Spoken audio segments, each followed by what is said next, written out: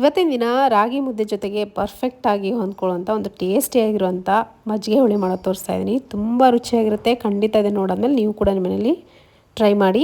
So welcome to ತನುಸ್ವಾಮಿ ಅಡುಗೆ. ಬನ್ನಿ ಹೇಗೆ ಮಾಡೋದು ನೋಡೋಣ. ನಾನಿವತ್ತು ಕಡಲೆಕಾಳನ್ನು ಬಳಸ್ಕೊಂಡು ಮಜ್ಜಿಗೆ ಹುಳಿ ಮಾಡೋದನ್ನು ತೋರಿಸ್ತಾ ಇದ್ದೀನಿ. ತುಂಬ ರುಚಿಯಾಗಿರುತ್ತೆ. ಇಲ್ಲಿ ನಾನು ಓವರ್ ನೈಟ್ ನೆನೆಸಂತ 1 ಕಪ್ ಕಡಲೆಕಾಳನ್ನು ಕುಕ್ಕರ್ಗೆ ಹಾಕೊಂಡಿದ್ದೀನಿ. ಅದ್ರ ಜೊತೆಗೆ 2 ಬದನೆಕಾಯಿ, 1 ನವಿಲುಕೋಸನ್ನು ಕಟ್ ಮಾಡ್ಕೊಂಡು ಅದನ್ನು ಕೂಡ ಹಾಕೊಂಡಿದ್ದೀನಿ. 1 ಗ್ಲಾಸ್ ಆಗೋಷ್ಟು ನೀರನ್ನು ಹಾಕ್ಕೊಂಡು ಇದನ್ನು ಕುಕ್ಕರ್ ಲಿಡ್ ಕ್ಲೋಸ್ ಮಾಡಿಕೊಂಡು ಒಂದು 3 ರಿಂದ 4 ವಿಷಲ್ ಕೂಗಿಸ್ಕೊಂಡ್ರೆ ನಮ್ಗೆ ಯಾವ ಹದಕ್ಕೆ ಬೇಕೋ ಕಡಲೆಕಾಳು ಆ ಹದಕ್ಕೆ ಬೇಯುತ್ತೆ. ಇವಾಗ ಇಲ್ಲಿ ಮತ್ತೊಂದು ಪ್ಯಾನಲ್ಲಿ ಒಂದು 4 ಟೇಬಲ್ ಸ್ಪೂನ್ ಆಗೋಷ್ಟು ಕಡಲೆ ಬೀಜ ಕೂಡ ಹಾಕ್ಕೊಂಡು ಇದನ್ನು ಕೂಡ ಸ್ವಲ್ಪ ಹುರ್ಕೊಳ್ಬೇಕು. ಡ್ರೈ ರೋಸ್ಟ್ ಮಾಡಬೇಕು. ಪೂರ್ತಿ ಹೊತ್ತು ಹುರಿಬೋದು.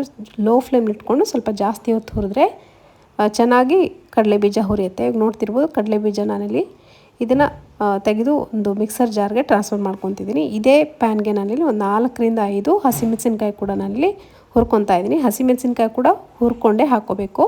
ಇದಕ್ಕೆ ಇವಾಗ 1 ಸ್ಪೂನ್ ಆಗೋಷ್ಟು ಜೀರಿಗೆ, ಒಂದು ಅರ್ಧ ಗೆಡ್ಡೆ ಆಗೋಷ್ಟು ಬೆಳ್ಳುಳ್ಳಿ, 1 ಟೇಬಲ್ ಸ್ಪೂನ್ ಆಗೋಷ್ಟು ಹಸಿ ತೆಂಗಿನಕಾಯಿ, ಸ್ವಲ್ಪ ಕೊತ್ತಂಬರಿ ಸೊಪ್ಪು, ಸ್ವಲ್ಪ ಹುಣಸೆ ಹುಳಿ, ಉಪ್ಪು ಹಾಕ್ಕೊಂಡು ಇದನ್ನು ನುಣ್ಣಗೆ ರುಬ್ಕೋಬೇಕು. ಸೊ ಇವಾಗ ರುಬ್ಕೊಂಡು ಬಂದಿದ್ದೀನಿ. ನೋಡ್ತಿರ್ಬೋದು ಇದು ಮಜ್ಜಿಗೆ ಹುಳಿ ಮಾಡಲಿಕ್ಕೆ ಪರ್ಫೆಕ್ಟ್ ಆಗಿರುವಂಥ ಒಂದು ಮಸಾಲ ಅಂತ ಹೇಳ್ಬೋದು. ಇದನ್ನು ಸೈಡಲ್ಲಿ ಎತ್ತಿಟ್ಕೊಂಡು ಒಂದು ಪಾತ್ರೆಗೆ ನಾನಿಲ್ಲಿ ಒಂದು ಅರ್ಧ ಲೀಟ್ರ್ ಆಗೋಷ್ಟು ಮೊಸರನ್ನು ಹಾಕ್ಕೊಳ್ತಾ ಇದ್ದೀನಿ. ಮೊಸರು ಹಾಕ್ಕೊಂಡು ನೀವು ಬೇಕಿದ್ರೆ ಅದನ್ನು ಮೊಸರನ್ನ ವಿಸ್ಕ್ ಮಾಡ್ಕೋಬೋದು, ಕಡಿಬೋದು.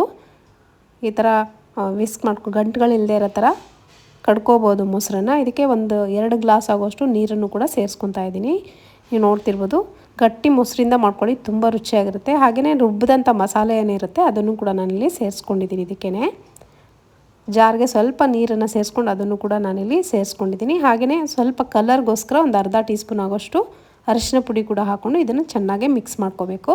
ನಿಮಗೆ ಈ ಮಜ್ಜಿಗೆ ಹುಳಿ ಕಾಯಿಸೋ ಅಗತ್ಯ ಇಲ್ಲ, ಬೇಯಿಸೋ ಅಗತ್ಯ ಇಲ್ಲ. ಬೇಕಿದ್ದರೆ ನೀವು ಬಿಸಿ ಮಾಡ್ಕೋಬೋದು, ಏನು ತೊಂದರೆ ಇಲ್ಲ. ಬಿಸಿ ಬಿಸಿಯಾಗಿರೋ ತುಂಬ ಚೆನ್ನಾಗಿರುತ್ತೆ. ಇವಾಗ ನೋಡಿ ಆವಾಗಲೇ ಬೇಯಕ್ಕಿಟ್ಟಂಥ ಕಡಲೆಕಾಳು ಮತ್ತು ತರಕಾರಿ, ಬದನೆಕಾಯಿ ಮತ್ತು ನವಿಲುಕೋಸು ಹಾಕಿ ಬೇಯಿಸ್ಕೊಂಡಿದ್ದಲ್ಲ ಅದು ಕೂಡ ಚೆನ್ನಾಗಿ ಬೆಂದಿದೆ. ಇವಾಗ ಸಪ್ರೇಟಾಗಿ ಎತ್ತಿ ಅದನ್ನು ಸೇರಿಸ್ಕೊತಾ ಇದ್ದೀನಿ, ಕಡಲೆಕಾಳನ್ನು ಮತ್ತು ಬದನೆಕಾಯಿನ. ಇವಾಗ ಕೊತ್ತಂಬರಿ ಸೊಪ್ಪನ್ನು ಹಾಕ್ಕೊಂಡು ಒಂದು ಸತಿ ಮಿಕ್ಸ್ ಮಾಡಿಕೊಂಡ್ರೆ ಆಯಿತು. ರುಚಿಯಾಗಿರುವಂಥ ಟೇಸ್ಟಿಯಾಗಿರುವಂಥ ಮಜ್ಜಿಗೆ ಹುಳಿ ರೆಡಿ ಆಗುತ್ತೆ. ಬೇಕಿದ್ರೆ ಇದನ್ನ ಬಿಸಿ ಕೂಡ ಮಾಡ್ಕೊಂಡು ನೀವು ಸರ್ವ್ ಮಾಡ್ಕೋಬೋದು. ಇವಾಗ ಇದಕ್ಕೆ ಒಂದು ಒಳ್ಳೆ ಒಗ್ಗರಣೆಗೋಸ್ಕರ 1 ಸ್ಪೂನ್ ಆಗೋಷ್ಟು ಎಣ್ಣೆಗೆ ನಾನಿಲ್ಲಿ ಸ್ವಲ್ಪ ಸಾಸಿವೆ, ಜೀರಿಗೆ, ಕರಿಬೇವಿನ ಸೊಪ್ಪನ್ನು ಹಾಕ್ಕೊಂಡು ಒಗ್ಗರಣೆನ ಮಾಡ್ಕೊಳ್ತಾ ಇದ್ದೀನಿ. ಒಗ್ಗರಣೆ ಆಪ್ಷನಲ್, ಬೇಕಿದ್ರೆ ಮಾಡ್ಕೋಬೋದು, ಇಲ್ಲಾಂದರೆ ನಡೆಯುತ್ತೆ. ಇವಾಗ ನೋಡಿ ಒಂದು ಸತಿ ಮಿಕ್ಸ್ ಮಾಡಿಕೊಂಡು ನೀವು ಇದನ್ನು ಸರ್ವ್ ಮಾಡಿಕೊಂಡ್ರೆ ಆಯಿತು. ಬಿಸಿ ಬಿಸಿಯಾಗಿರುವಂಥ ಮುದ್ದೆಗೆ ಅಥವಾ ಬಿಸಿಯಾಗಿರುವಂಥ ರೈಸ್ಗಂತೂ ಇದು ಹೇಳಿ ಮಾಡಿಸಿದಂಥ ರೆಸಿಪಿ ಅಂತ ಹೇಳ್ಬೋದು. ಖಂಡಿತ ಇದನ್ನು ನೋಡಾದ್ಮೇಲೆ ನೀವು ಕೂಡ ನಿಮ್ಮ ಮನೆಯಲ್ಲಿ ಟ್ರೈ ಮಾಡಿ. ತುಂಬ ರುಚಿಯಾಗಿರುತ್ತೆ. ಮುದ್ದೆಗಂತೂ ಸೂಪರ್ ಆಗಿರುತ್ತೆ. ನಾನು ಕೂಡ ಇವತ್ತಿಲ್ಲಿ ಮುದ್ದೆ ಜೊತೆಗೆ ಇದನ್ನು ಸರ್ವ್ ಮಾಡ್ಕೊಳ್ತಾ ಇದ್ದೀನಿ. ತುಂಬ ಟೇಸ್ಟಿಯಾಗಿತ್ತು.